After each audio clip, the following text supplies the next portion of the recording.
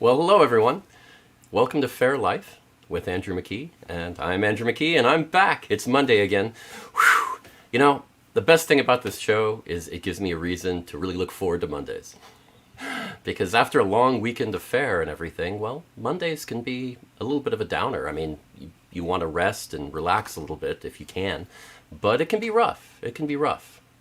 But yeah, this has always given me a good reason to be energized and enjoy my Mondays. But hey, Jan and Gwendolyn and Harvey and Damaris and Katsarita and Kurt and Taylor, great to see you all, as always. And yeah, it's just another wondrous, wondrous day. I'm feeling pretty good. I hope all of you are too. It's been good. But yes, let's relax a little bit, enjoy. Drink your nice hot beverage if you can. Very good, very good. And yes, I think Damaris is right. Mondays are a sacred day of rest. I couldn't agree with you more. I think they kind of are. It does sort of, yeah. I mean, that's always been my thing. After a weekend of Fair, Monday is brain dead day. I just relax and veg out. Try not to have anything to do.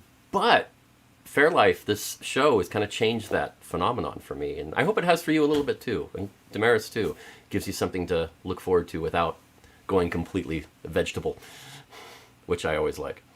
So yes. So yeah, thanks for joining me. And if you could, please go ahead and share the show. If you're on Facebook, go ahead and like and share. And I would appreciate it because that will spread the word about the show. And if you're on YouTube, go ahead and subscribe, and yeah, it will definitely help. So thank you. Whew. So yes, it is, yeah, definitely an interesting day. Wow, yeah, and Jan always does laundry on Mondays. Well, yeah, honestly, I think fair people generally do laundry on Mondays. It's kind of a, yeah, I mean, after a weekend of Fair, you've got some clothes that don't always smell that great, especially if it's a hot day. Yeah, you wanna go ahead and wash those while you can. You don't want to just keep them for days. Not a good idea. Trust me, I know what I'm talking about. So yeah, Monday is a good day to do your Fair laundry. Definitely, definitely, definitely. So today we kind of have a bit of a themed show. So I hope you like it. It's going to be a little different today. I'm trying a few things, so we shall see. No pressure. No pressure at all. So let's go ahead and jump into the weekly Ren word, because the weekly Renaissance word is always one of my favorites. And hey, Jamie, great to see you. Yeah, the weekly Renaissance word is something I like to do just to kind of expand your horizons a little bit and throw out some words that maybe you've heard before, but maybe you don't know the meaning of. And maybe a little history too, because, well, history is always one of my favorites. So here we go. The weekly Renaissance word. Now, the weekly Renaissance word is, well, okay. I know last week I did a unit of measurement, the furlong. And if you saw that, great. And I hope you enjoyed that. I thought it was interesting. And I wouldn't normally repeat with another unit of measurement, but I did, and you'll understand why later in the show. But what it is the not often thought of unit of measurement called the hand. That's right. I mean, the ubiquitous foot that we use to measure everything in the non-metric world and have for a long time, we're all familiar with. I mean, inches, feet, that's pretty much our standard. But the hand was also really popular. It goes back to, well, at least Egyptian times, and it makes perfect sense because, well, you want to measure something based on what you have on you. And you have your foot, you have your hand, and you have your finger, and that's what you're going to measure things by. Makes perfect sense. Harvey got it, and yeah, and Katsarita got it too. They jumped, and Janine, okay, you beat me to it. All of you, excellent, excellent, well done. Yes, yes, yes. Katsarita, horses are measured in hands, and you're right. That is one of the only things you're really going to see measured in hands. Yeah, how tall horses are. Definitely right, Harvey. And Janine got it too. So, Yes, yes. Okay, so you're all familiar with hands. Okay, do any of you know what the length of a hand actually is? I mean, what does it actually mean? If anybody can say that. And I like cubits too, Janine. But yeah, a hand, it and it goes back to Egyptian times, like I said, at least that long. And it's obvious that you're just trying to compare it with things you have, but it kind of fell out of fashion. Ah, okay, and they're jumping in. Jan got in first, and with 4 inches, yes, and Katsarita got it too, and Janine, width of the palm, and you're right. Width of the hand, Kurt, yes, and that is traditionally was the width of a hand, and that varied, of course, by the person, but eventually it was standardized to 4 inches. So you get that. But yeah, here's the definition for those keeping score: unit of length equal to 4 inches, width of a hand. Also originally known as a hand's breadth, but the breadth of a hand. But as time went on, hand's breadth changed meaning. It started to become known as not quite a hand, a little less, like a baker's dozen, except less. So while hand's breadth and hand used to be synonymous, it eventually by 1600, something like that, got standardized where a hand was 4 inches, a hand's breadth was 3 inches. So a little, and yeah, and Katsarita, yes, 3. So you'd actually be a hand's breadth, Katsarita. So yes, indeed. So that is a hand. Now, yes, yeah, Janine, it's all about, it is all about comparing it to something else, making it work on that level. And it is, that's how measurements are made. You can't measure something without comparing it to something else. So yes, it is. So yeah, I kind of threw out a couple of definitions for you. So you get a 2-for-1 deal, hand and hand's breadth. But I'm going to throw in one more and give you the 3-for-1 deal. That's right. Just that little extra bonus that I like to do on Fair Life. Because how do you measure the height of a horse? And, and Jan apparently knows this. Having owned horses, it was 14 hands. So,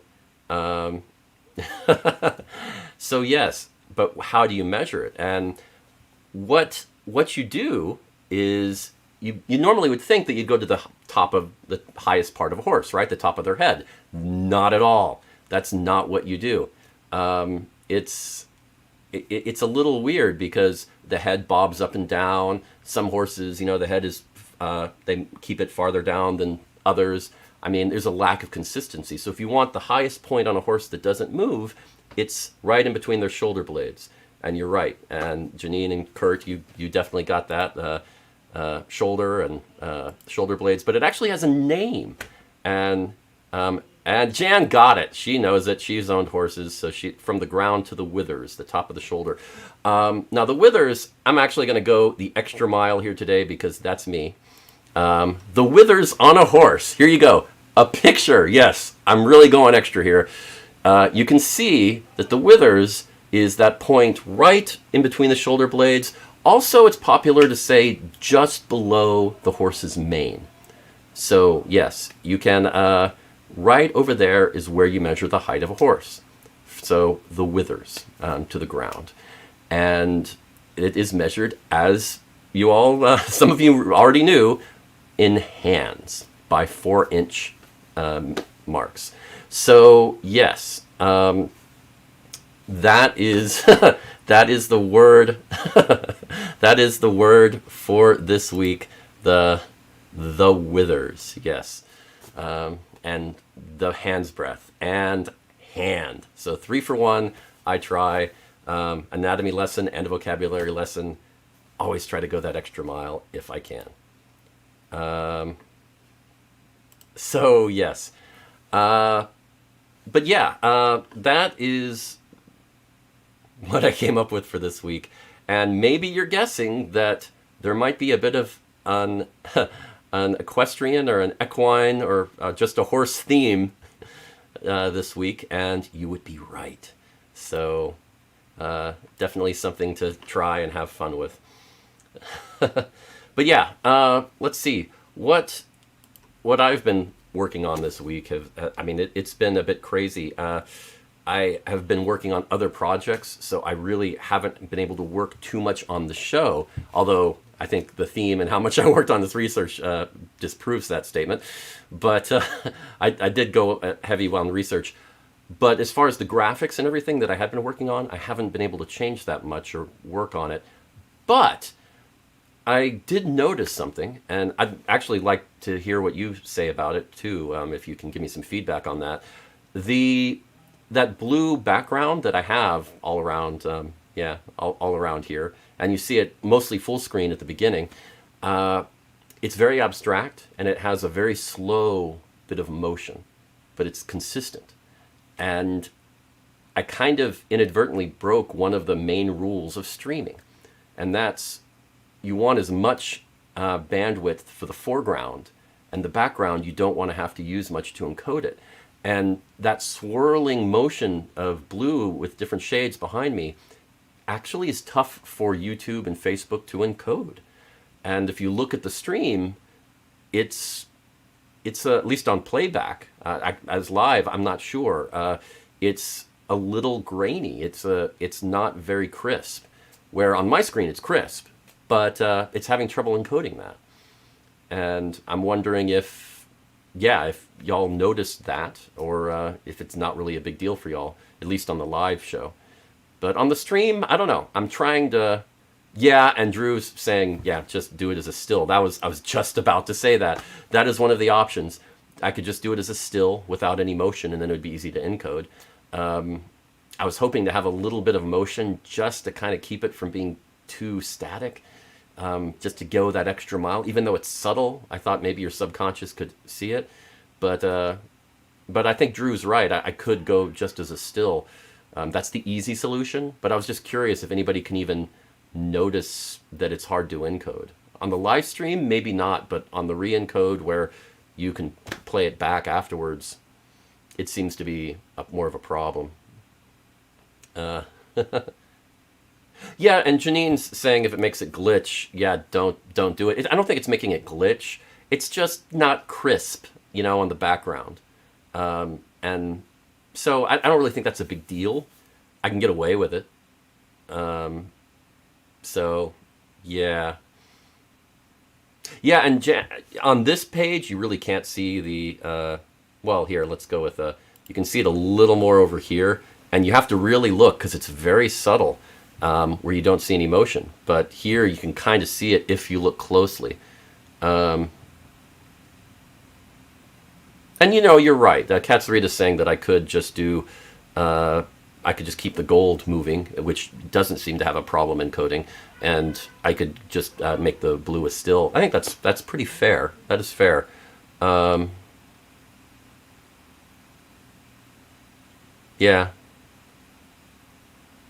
Oh, and okay, Damaris is saying, watch on your phone so the motion is a bit lost on, and that makes sense. It would be a little more, Okay, well, and I was worried also that I might have made it a little too subtle.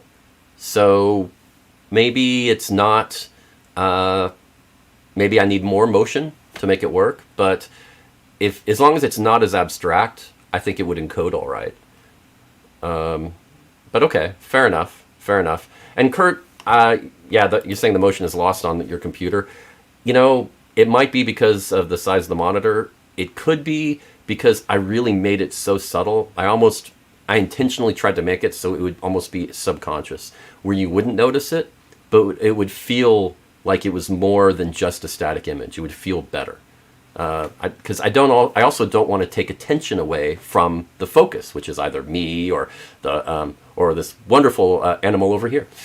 So it is background, so it's not that big of a deal. But I was just curious. So anyway, that's sort of what the little bit I've done with graphics this past week. But I'm going to try to do a little more, figure out a few things. I might try a static image and see if anybody can tell. And Janine, you're right. You can run the motion during the intro and freeze it during the show. It's mostly behind the screen. You're not wrong. Janine. That is very true.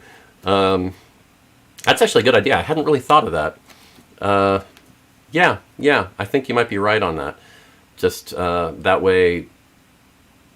But although, honestly, I don't know if you can really, because it's so little of the area on the screen when I'm on the full screen or whatever, it doesn't really hurt that much as far as the encoding goes. It's really mainly in the intro where you notice it, to be honest, the problems with the bit rate.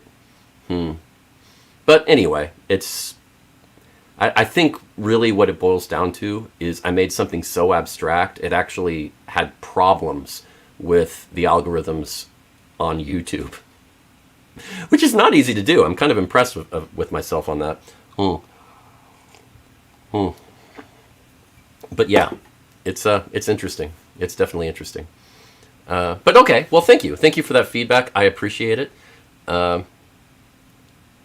Oh, and okay, yeah, you can see the motion now, and that's what I meant. You have to look for it, and I'm glad you didn't notice it earlier. I didn't want people to. I wanted it to be so subtle that it was subconscious. So that actually is exactly what I was going for. So hey, victory is what I'll say. Okay. Well, let's see. For those of you that joined and didn't hear me earlier, if you haven't shared the show, please go ahead and share it on Facebook. Hit like and YouTube subscribe if you haven't already. It really helps me out, and I appreciate it. So I'll throw that out again. So next, I want to mention something. This is a segment I like called Hitherto History. A little bit of history, because I mean, you can't really do fairs and not at least enjoy history at least a little bit, in my opinion. Just a little bit. Just a little. Well, I came across this great article. Let's see, that 5 English universities did a study. And what they did was they examined the bones of nearly 2,000 horses. Now, these were specimens that dated from the 4th century to the 17th. So a wide range. And they were recovered from 171 unique archaeological sites, including castles and, believe it or not, medieval horse cemeteries. Yes, they actually have medieval horse cemeteries. It's apparently a thing.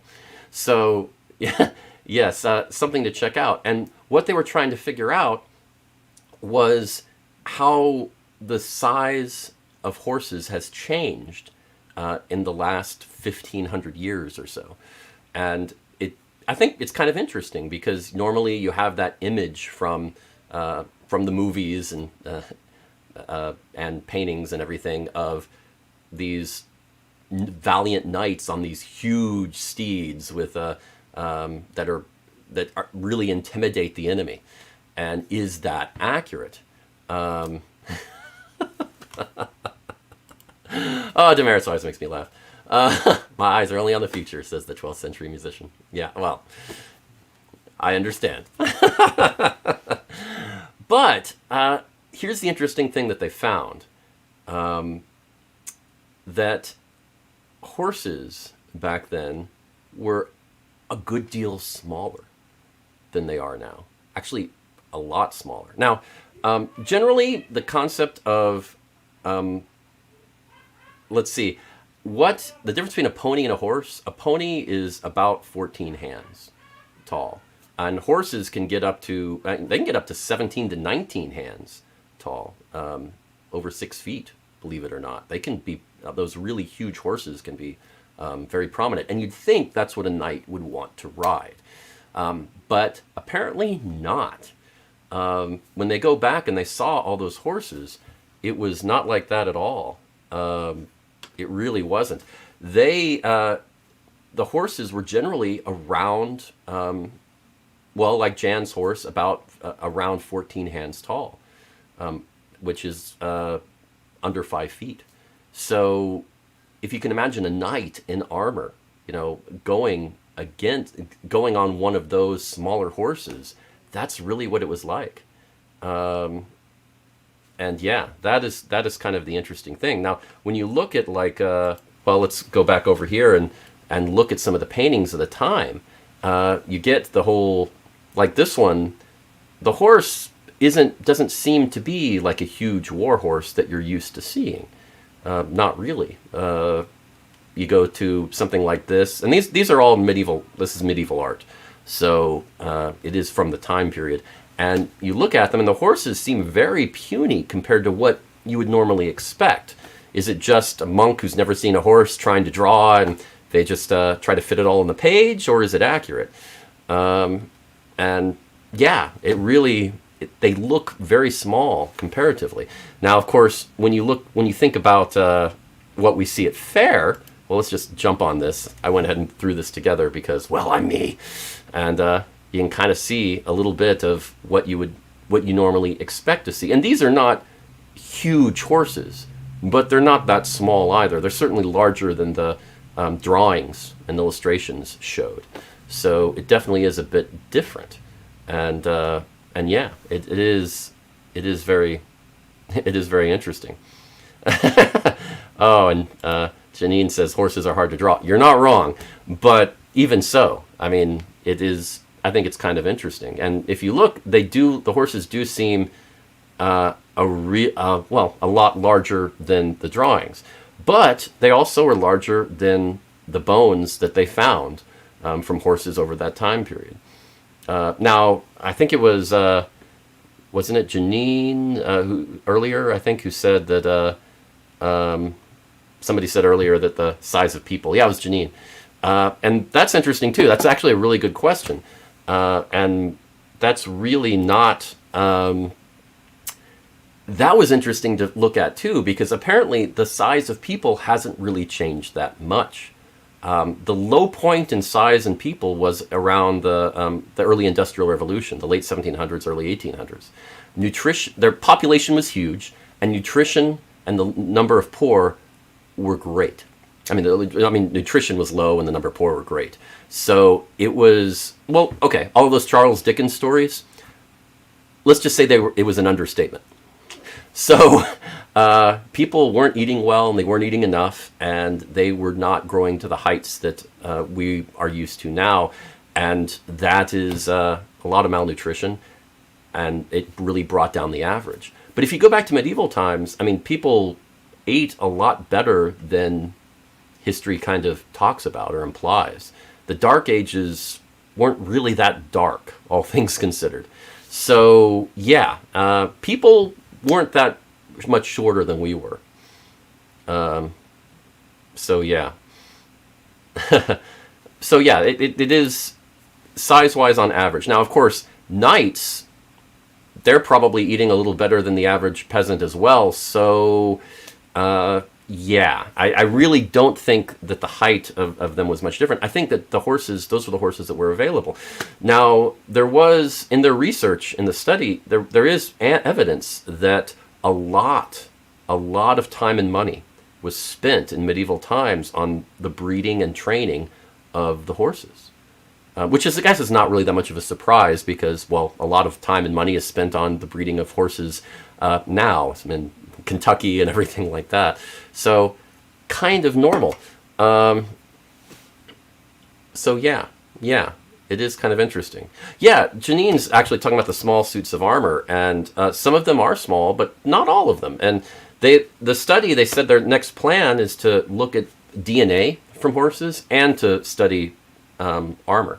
Now, it could be that some of the armor that survives is just because it's smaller, but a lot of the armor that survives was not really used.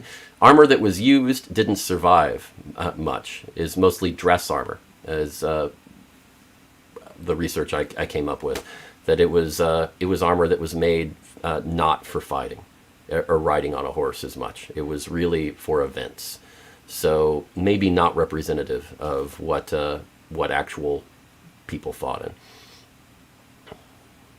And yeah, that's true. And Janine actually hits it right on the mark.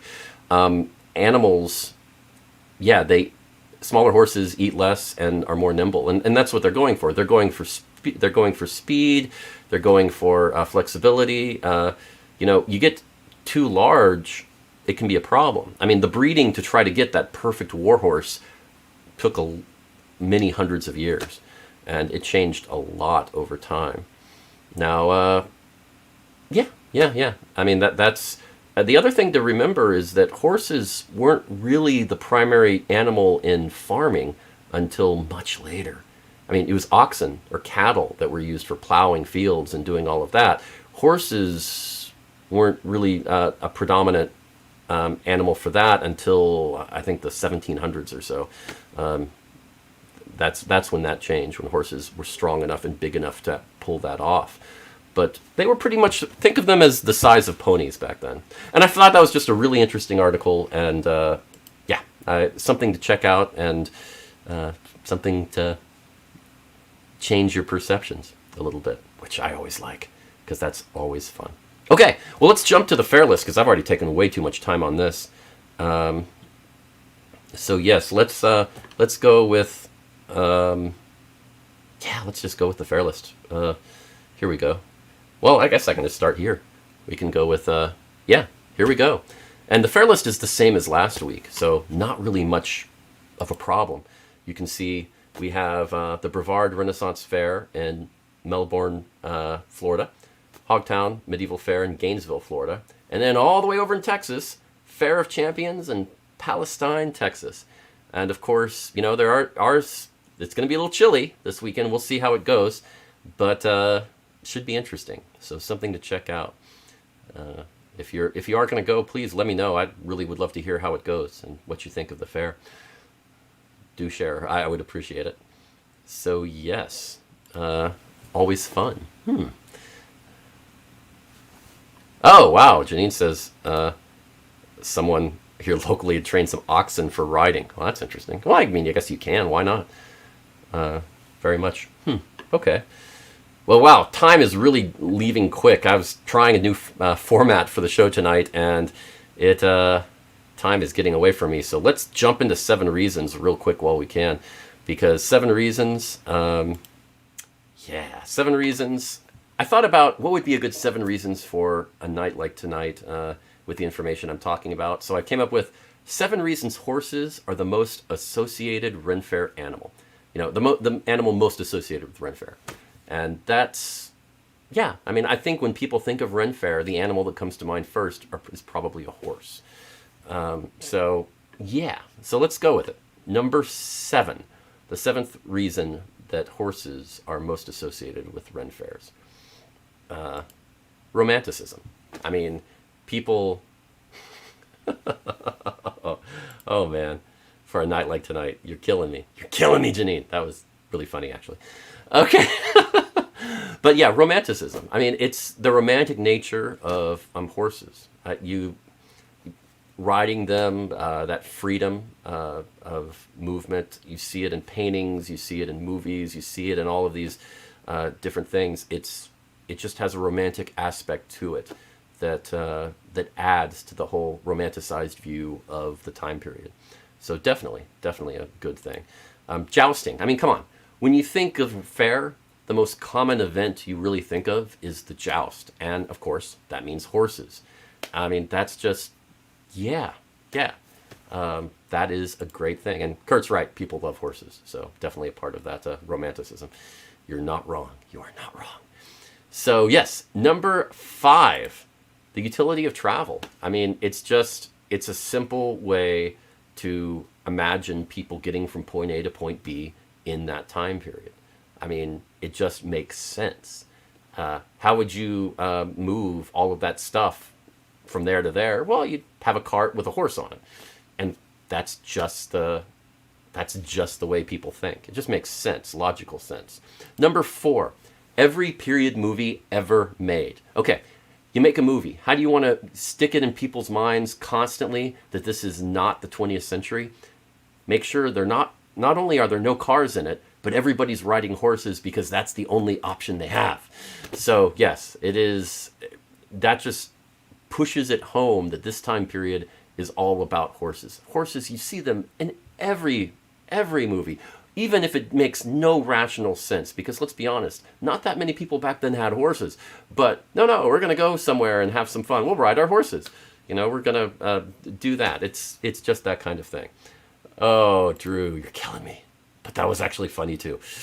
Whew. And Damaris, actually agree with you that I think every Ren Fair that starts, they have a huge urge to, if they can get a joust at the Ren Fair, even their first year, that means they're successful. That means that they are prominent enough to have a joust. And a lot of small fairs, they start out without one because it's hard to afford it and justify it for the first year. But they try. They always try. It is a big deal to have a joust. Yeah, totally. I agree with you, Kathy. That sense of freedom, very much so. Number 3, the parade. I mean, almost every fair has a parade. And how can you make a parade more grand?